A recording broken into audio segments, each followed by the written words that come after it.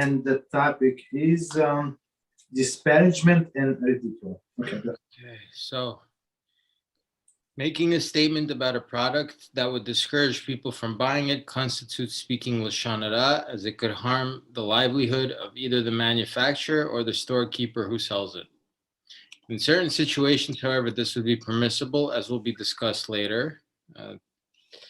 Note 33. Similarly, it is forbidden to make a cynical comment about a speaker that could either discourage people from attending his lectures or weaken the impact of his message. As with any mitzvah, a child should be trained to avoid speaking Lashon Hara as soon as he reaches the age of understanding in this regard. It is common for children to denigrate the food that they are served, causing hurt to the cook. Children should be trained to avoid making such comments. So, yeah, okay. So obviously you can't eat, like, even if the food is bad at a restaurant, you shouldn't even say anything, right? Let the other people decide if it's bad or not, right? For themselves, right? Pretty much. Things like that. Okay. But like, what if it's like a big organization? Like, let's say you go to like the Gap or something like that, and like their clothes, like it's not a Jewish organization, right? It's just like a big company. You can like say, their clothes are poor, nah? Or, but why would you? What would you gain from that? I don't know. What if you? I mean, but they would lose money because of it. You see, like even though you're right, they're not Jewish, but they're not wicked because they sell things that are not of your style. Well, not of your liking, right? So it's here they say. I mean, of course, we're talking about smaller store, but even in a bigger one, what do you gain? You understand? So other people would lose money.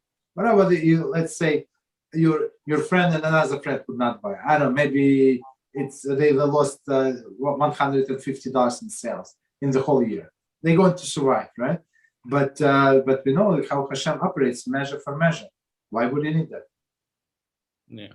You understand? So I mean, we try to stay away. Mm-hmm. Okay. So let's continue. Yes, go ahead. Since we mentioned restaurant, what's the borderline? Okay, because Rabbi Victor Miller says restaurants are goyish. So what's the borderline between something being a certain amount of restaurants are what? Goyish? Goyish. Okay, yes. Yeah. So what's the borderline, right? Where it's goyish, but it's okay to do. For example, some people give Hanukkah presents, okay?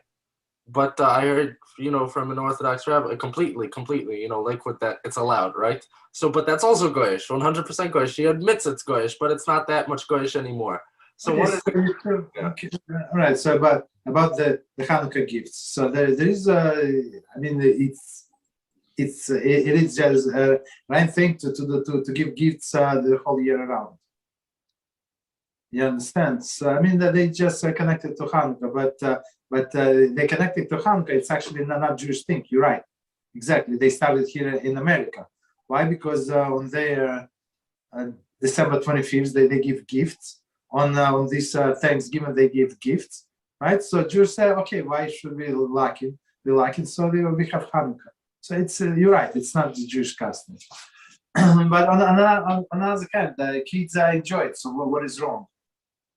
So it says, I also just say, give kids like a lot of sweets, especially on holidays. Why? They would remember the holidays. They would like look forward for these things. And same with wives, as we know, who is married, right? So you give her presents, something special. So she would look forward to holidays. Of course, the wives do all of the cooking and cleaning. So to offset that, she would have a little like a good taste. You understand? So that's the thing. So in regards to restaurants, how permissible are they? I mean, if it's like if there is no priestess there, well, let's say Orthodox place. I mean, it's not that bad. So you just sit around the table with your family and that's it, with your company basically. On one hand, if you go with people who are not related, who are not your family, and then you sit across from this woman, even as she is dressed modestly, why would you like face him. And we said that's another issue.